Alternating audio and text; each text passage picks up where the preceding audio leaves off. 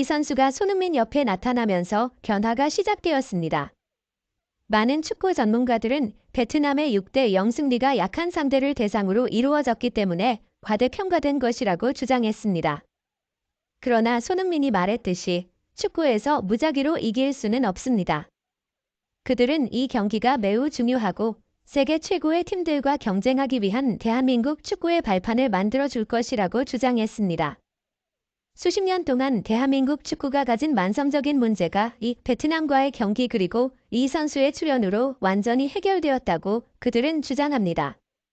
그들은 이제 대한민국이 아시안컵을 도전할 충분한 능력을 지니고 있다고 믿고 있습니다.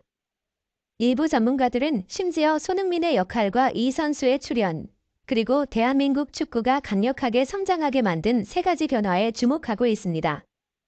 우리는 축구 잡지에서 이를 더 자세히 검토할 것입니다.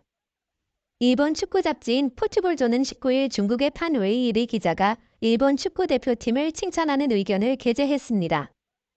대한민국은 여전히 저하와 상승을 겪고 있지만 일본이 지난 6개월 동안 보여준 모습은 정말 놀랍습니다. 그들은 유럽, 남미, 북미, 중미, 아프리카 팀을 넘어서 24골과 50점으로 우세했습니다.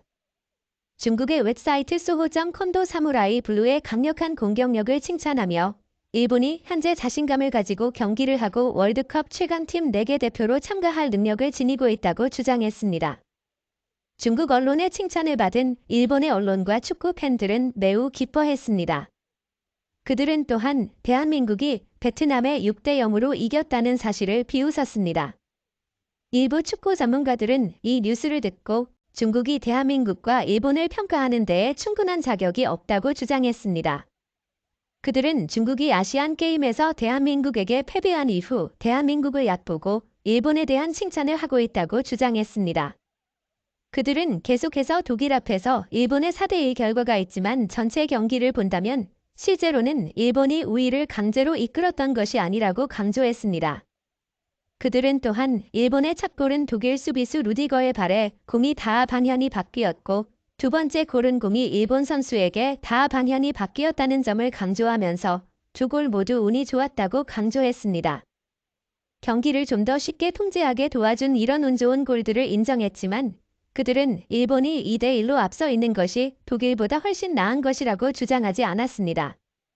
그들은 세 번째 골은 독일 수비가 실수하고 쿠보가 이를 활용한 것이고 네 번째 골은 쿠보의 크로스로 일본 선수가 맞춘 골이라고 지적했습니다.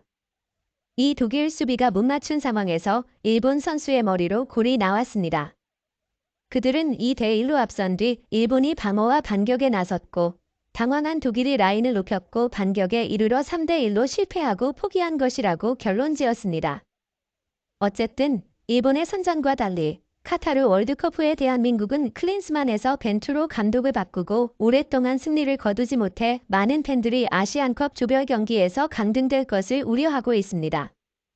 그러나 이번 11월에 튀니지와의 친선 경기에서 손흥민이 출전하지 않았지만 대한민국이 4대0으로 승리를 거뒀습니다. 베트남과의 경기에서 손흥민이 중앙 공격수 위치를 맡았고 대한민국은 6대0으로 크게 이겼습니다. 많은 축구 전문가들은 손흥민이 이 선수와 결합을 시작하면서 그가 토트넘에서 했던 것처럼 중앙 공격수 위치에서 그의 힘을 발휘하기 시작했다고 주장합니다. 이로 인해 많은 팬들의 관심을 끌었습니다. 클린스만은 손흥민을 중앙 공격수로 놓는 다양한 전술 체계를 시도했지만 손흥민에게 좋은 패스를 줄 수 있는 중앙 미드필더가 부족하다 보니 손흥민은 자주 중순으로 물러나야 했습니다. 이로 인해 손흥민은 에너지를 많이 소모하였고 골 지역에서의 득점 기회가 줄었습니다. 그들은 계속해서 손흥민에게 공을 공급하고 분산시키는 중앙 위치의 선수가 필요하다고 강조했습니다. 튀니지와 베트남과의 경기에서 대한민국은 마지막 퍼즐 조각을 찾은 것 같았고 그것이 바로 이강인이었습니다. 그들은 또한 토트넘의 감독인 콘테가 손흥민을 중앙 공격수로 사용하고 사르, 메디슨, 비소마, 쿠루세브스키가 공을 패스하는 역할을 맡았다는 것을 언급했습니다. 대한민국은 이 역할을 이강인에게 맡겼고 그로 인해 공이 그와 연결되었고 그는 압박을 이기는 기술을 사용하여 공을 빠르게 페널티 지역으로 보냈습니다. 그들은 또한 카타르 월드컵 후에 튀니지와 베트남과의 경기에서 처음으로 이강인이 선발로 나서서 이 역할을 맡았다고 말했습니다. 웨일스와 사우디아라비아와의 경기에서는 부상으로 인해 참가하지 못했습니다. 클린스만이 임명된 이후 6월의 친선 경기에서 이강인은 교체 선수로 출전하였고 최선을 다한 효과를 낸 것은 아니었습니다. 이로 인해 손흥민을 중앙 공격수로 배치했을 때 그의 능력을 최대로 활용하는 것에 실패했습니다. 그들은 또한 대한민국이 이강인을 오른쪽에 배치하고 그가 공을 리드하도록 의도적으로 제안했다고 지적했습니다. 이 방법으로 다른 팀은 이강인이 오른쪽에서 공을 다루는 것을 방해하기 위해 오른쪽에 수비를 집중할 것이고 이강인은 이 압박을 극복하고 빠르게 중심과 왼쪽에 비어있는 지역으로 패스를 연결할 수 있는 기회를 만들 것입니다. 그들은 공을 상대팀의 16m 50영역으로 이전보다 쉽고 자주 움직였으며 이강인이 세계 최고의 두 공격수인 손흥민과 황희찬과 패스를 연결함으로써 대한민국 공격력이 최대치를 발휘할 수 있게 도왔습니다. 영국의 포트볼 런던 신문은 손흥민의 새로운 동지가 대한민국 대표팀에 나타났고 그것이 이강인인 것으로 지적했습니다. 이 신문은 계속해서 PSG의 이강인은 다재다능한 선수로 그의 선수 경력은 루카 무리키와 함께 플레이하며 마요르카 팀이 바닥 그룹에서 벗어나 라리가 중간에 오르게 도운 스타라는 평가를 받았다고 썼습니다. 토트넘에서 플레이하던 도중에 손흥민은 대한민국 대표팀에서 중앙 공격수로서 그의 역량을 보여줬습니다.